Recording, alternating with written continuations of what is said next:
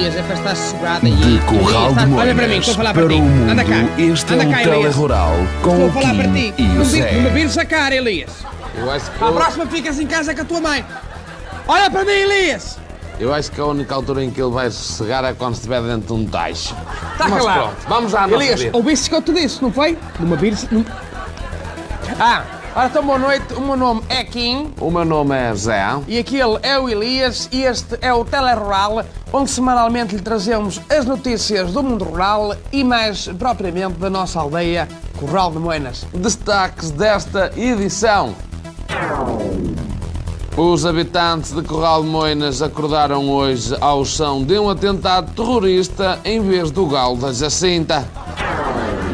O doutor Serra Daires informou ontem, em comunicado e em calções, a população de Curral de Moinas que o Centro de Saúde vai encerrar as portas por falta de bisturis, tomadas e aguardente.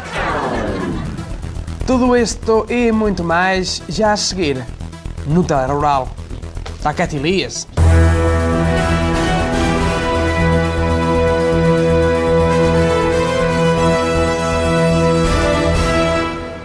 Os habitantes de Curral de Moinas acordaram hoje ao som de um atentado terrorista em vez do galo da Jacinta. Um caminhão carregado de BIM e tijolo 12 embateu violentamente na vaca leiteira da Biobalice, espalhando pânico, BIM e tijolo 12. O atentado foi reivindicado pelo grupo Acordeões de Lanzelo, um agrupamento musical que luta pela mudança do padre, a reconstrução do coreto e a libertação do Zimbábue. Vamos ver a reportagem. Sr. Jacinto, o senhor foi a única testemunha do atentado terrorista. Como é que tudo se passou? Ora bom, eu saí de casa de madrugada para orinar, porque eu só consigo orinar na rua, porque habituei-me assim na Guiné, não é? E venho para dentro, deito-me e começo a sentir um rato no estômago. E foi comer. Não, foi um rato que me entrou mesmo para dentro do estômago, porque eu durmo no chão sempre com a boca aberta, habituei-me assim na Guiné, não foi? Ora bom, saco o rato e venho cá fora pô-lo na rua e nisto passa um caminhão por mim, mas a uma velocidade estonteante que é. Não é que eu até pensei assim para mim, tu esta velocidade, pá, já não desfazes a curva. Meu dito, meu feito, venho cá fora ver e vejo realmente o caminhão a dar uma pancada seca na vaca leiteira da Biobalice, que aquilo até parecia o fim do mundo. Era só BIM e tijolo 12 de todo lado, pá. Parecia o fim do mundo. E o senhor foi atingido? O meu cunhado. O senhor foi atingido? Passa, Zé Manuel, passa. Oh, mas o senhor foi atingido? O senhor foi atingido? Fui, mas foi para outro carro. Não é que eu pus-me no meio da estrada para ver melhor. Leva-se uma pancada aqui ao nível do Rendes, que até voei aqui para uns 200 metros para o ar. O que até foi bom, porque assim consegui ficar com a panorâmica aérea do atentado. Foi por dizer. E o senhor não se magoou?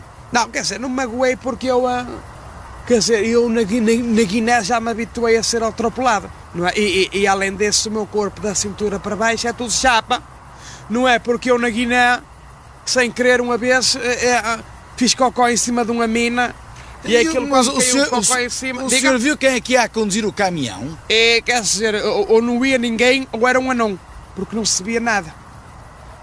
Então, e a sua casa foi atingida? Foi, entrou-me um tijolo pela janela lá dentro, mas... felizmente só acertou na minha mulher, não é? Porque se fosse um metrozinho ao lado tinha-me acertado na cadela.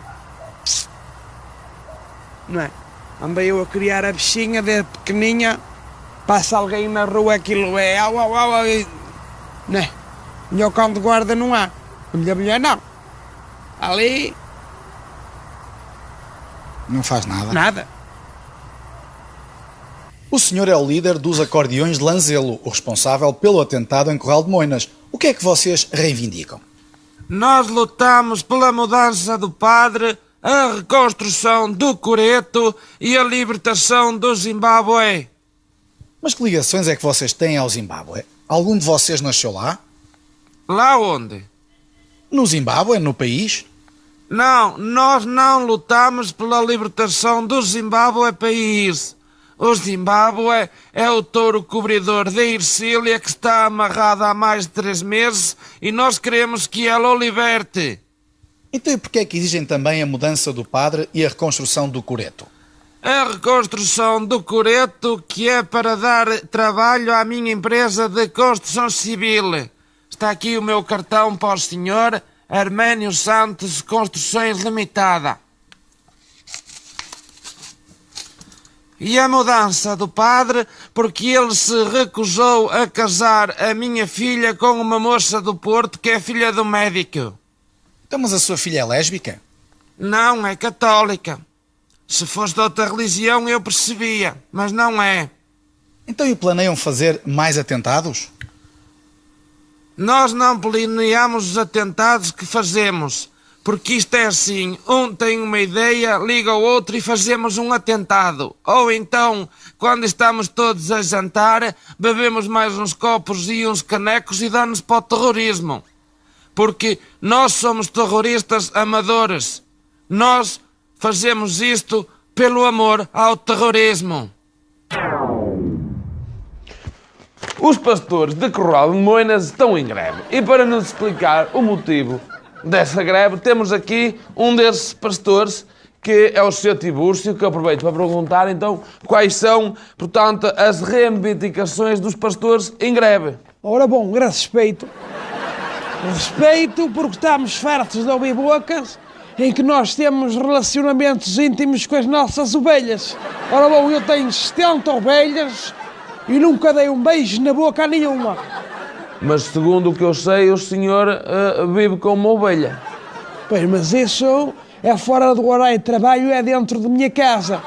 Então, e no pasto? No pasto, para mim, elas são todas iguais. Você não encontra uma ovelha que lhe liga: olha, o Tibúrcio apalpou-me no monte. Não é? Não tem?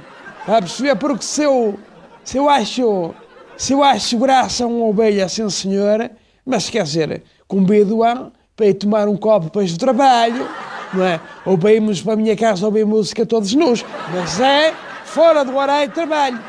Sim, senhor. Muito obrigado, então, Sr. Tibúrcio Palhais. Foram as explicações de Tibúrcio Palhais, o líder da greve dos pastores, que veio aqui explicar as razões desta greve. Com licença.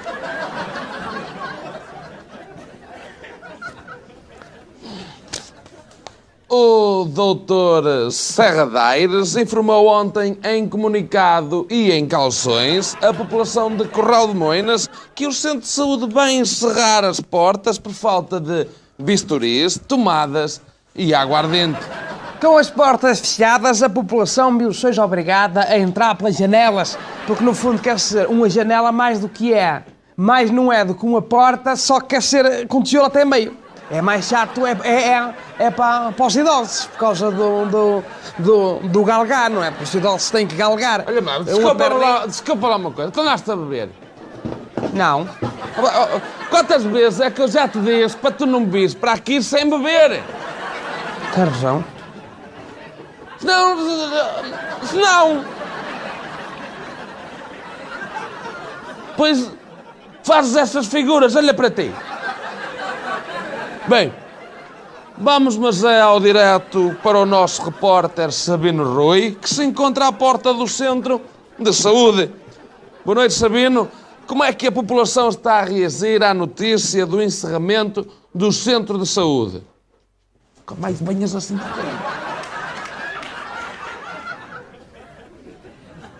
Estão a reagir muito mal, Zé. As pessoas estão a reagir muito mal ao encerramento deste centro de saúde. Eu começava já por perguntar aqui a este senhor, muito boa noite, está contra o encerramento do centro de saúde? Qual é a sua opinião? É uma vergonha! Isto é uma vergonha! Que agora que fechou o café do Leandro, para onde é que nós vamos? Para jogar à sueca? Hã? E se chover, para onde é que nós vamos assar os enchidos? Vamos assá-los na rua? É uma vergonha! Estraga-se uma carne toda! Mas o centro de saúde é para pessoas doentes. Não, começou por ser para pessoas doentes, mas depois aquilo transformou-se numa espécie de centro de saúde convívio, está a perceber? não é? Os médicos operavam. E nós jogávamos à bola. Não é? Depois, às vezes, os médicos cansavam-se e, vinham jogar à bola e nós íamos lá para dentro para operar. Não é? Nós tínhamos uma máquina de imperiais à beira da máquina de hemodiálise e depois, inclusive, até aproveitávamos as marquesas para fazer de mesas de ping-pong. Então, e agora? Olha, e agora não sei, mas eu vou dizer que eu prevejo aqui situações dramáticas. Porque há aqui, inclusive, pessoas que vão ter que voltar para casa para o pé das mulheres, que não têm para onde irem. Então, e não está preocupado com as pessoas doentes? Que as pessoas doentes não, homem, as pessoas doentes são doentes, ficam em casa. Onde aí um bicho? Ficam em casa. Agora, se estiverem realmente muito fraquinhas, vão para o cemitério para falecer. Não vem para aqui para o centro de saúde meter nojo aos outros. Muito obrigado. Tenho aqui ao meu lado o Dr. Serra Daires, o diretor deste centro de saúde. Doutor, muito boa noite. Doutor, o que é que me tem a dizer sobre o encerramento do centro de saúde? Porquê é que o centro de saúde vai encerrar, doutor? Doutor, porquê é que o centro de saúde vai encerrar, doutor? Deita-te. Deita. Doutor, porquê é que o centro de saúde... estamos em direto, doutor Serra Daires. Porquê é que o centro de saúde vai encerrar? Por várias razões. Primeiro, porque não há vistorias. Porque os pacientes usam-nos para cortar aquelas fatias fininhas de presunto. Depois as tomadas estão todas ocupadas para as máquinas de flips. E depois também que não há aguardente. Então, mas para que é que um centro de saúde precisa de água ardente? Para operar, não é? É para operar, porque eu não posso ver sangue. Então preciso de alguma coisa para me deixar a vista turva, porque não consigo. Não é? Eu bebo uma garrafa de água ardente antes de cada operação. Então, e não fica bêbado? Fico. Mas não estou a perceber onde é que você quer chegar com a sua pergunta. Eu gostava de saber se o doutor opera bêbado. Opero. Mas não estou a perceber onde é que você quer chegar com a sua pergunta. Mas isso é muito perigoso. Não estou a perceber onde é que você quer chegar com a sua pergunta. Mas isto também não é nenhuma pergunta, doutor. Ah! Por isso é que eu não estava a perceber onde é que você queria chegar. Ora bem, voltando aos cães d'água. Ora bem, o cão d'água... Doutor, nós não estamos a falar de cães d'água. Nós estamos a falar do encerramento do centro de saúde. O doutor está bêbado neste momento? Estou. Mas não estou a perceber onde é que você quer chegar com a sua pergunta.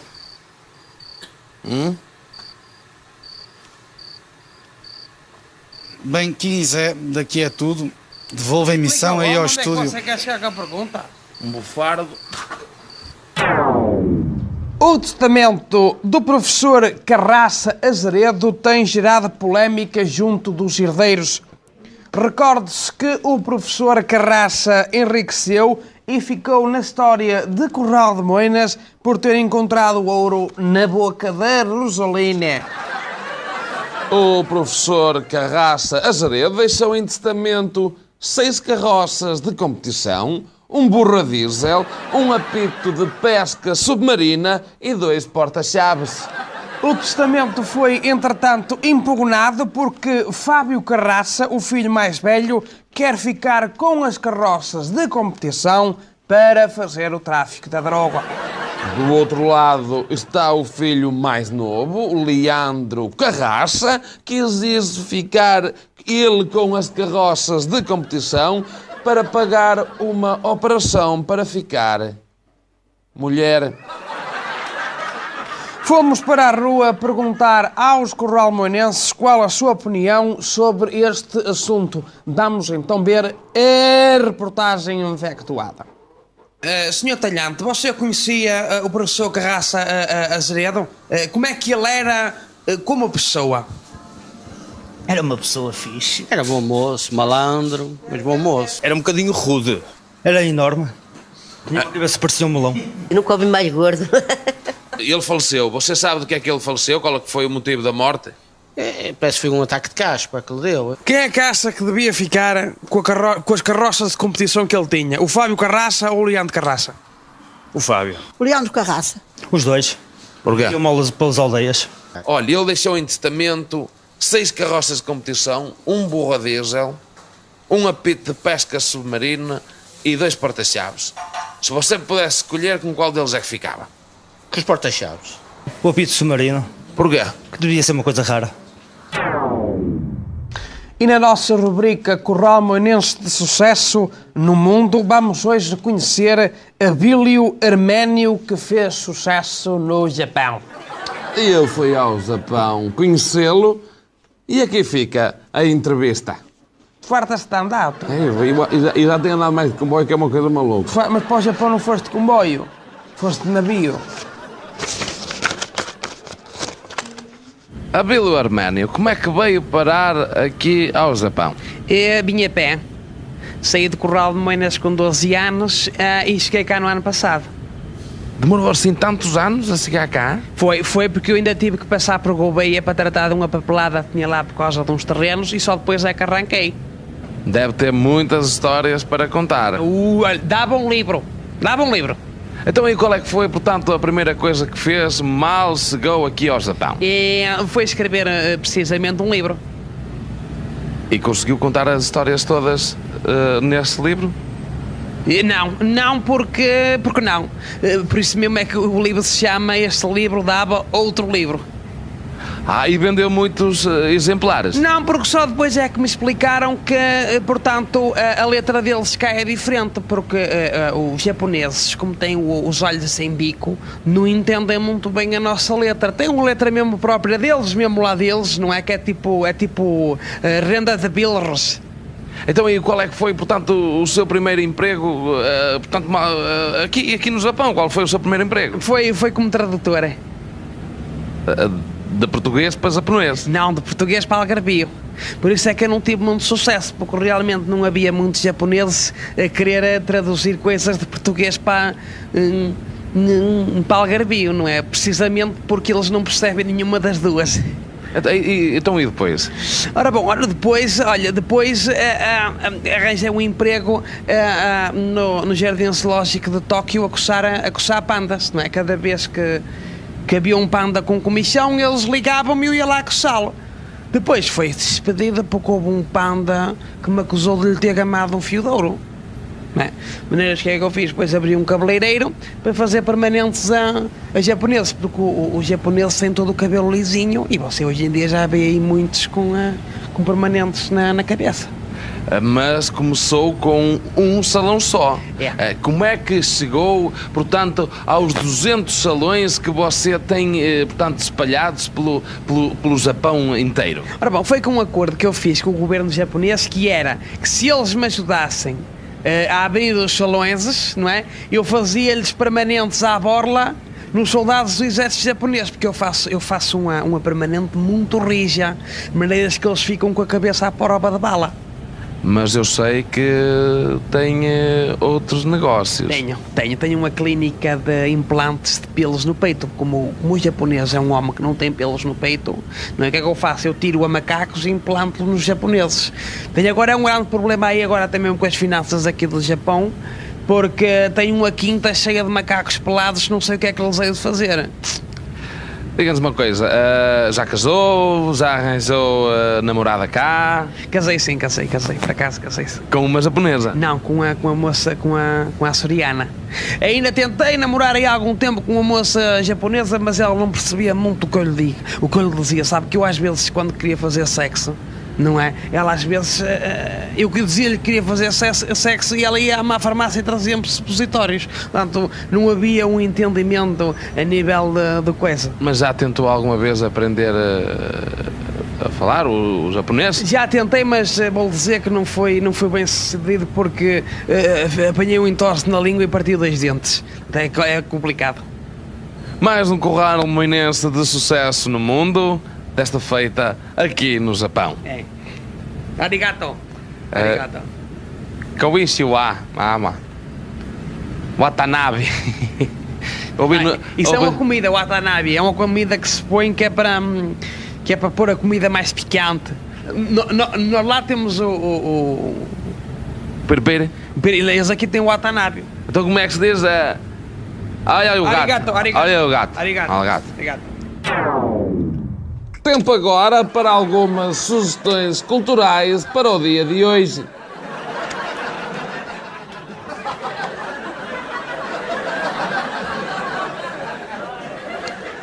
Em cena no Teatro Rebordosa Falhões, a peça Um Atum em Amsterdão, a história de uma engenheira fanhosa que descobre que é filha de gêmeos.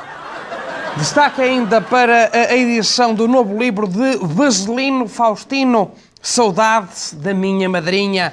A bonita história de uma cadela lésbica que se apaixona por uma Rottweiler que vive na África do Sul. E finalmente ainda tempo para referir a edição em DVD do novo filme de Tom Marco, O Pónei do Terror. Para nos falar sobre este novo filme, temos agora via satélite o nosso especialista de cinema, Guzmão Felipe. Guzmão, o que é que nos podes dizer sobre este novo filme? Ora bom, este é um filme de terror que conta a história de um pônei que, portanto, assusta a população do Labradio porque à noite se transforma num lobo-pônei. Portanto, meio lobo, meio pônei. Consideras este o melhor filme do Tom Marco? Não. Quanto a mim, o melhor filme do Tom Marco continua a ser Tosé, um lenhador dos diabos, que é uma comédia de um lenhador daltónico que não consegue desligar a serra elétrica. Sobre este novo filme dele, O Pónei do Terror, há alguma cena no filme que queiras destacar?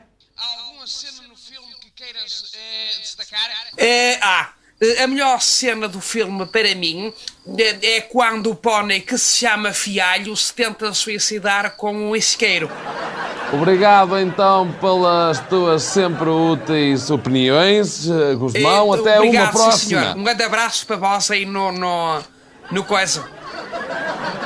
E agora terminamos este telerural, como sempre, com a meteorologia do tempo que vai aclimatizar amanhã. O céu vai estar cheio de cenas derivadas justamente do coisa. E o vento vai soprar de sudoeste azul celeste. Este foi o Telerural. Até para a semana, se Deus quiser. E cuidado com aqueles moços que quando bebem um copo de vinho o sujam com batom.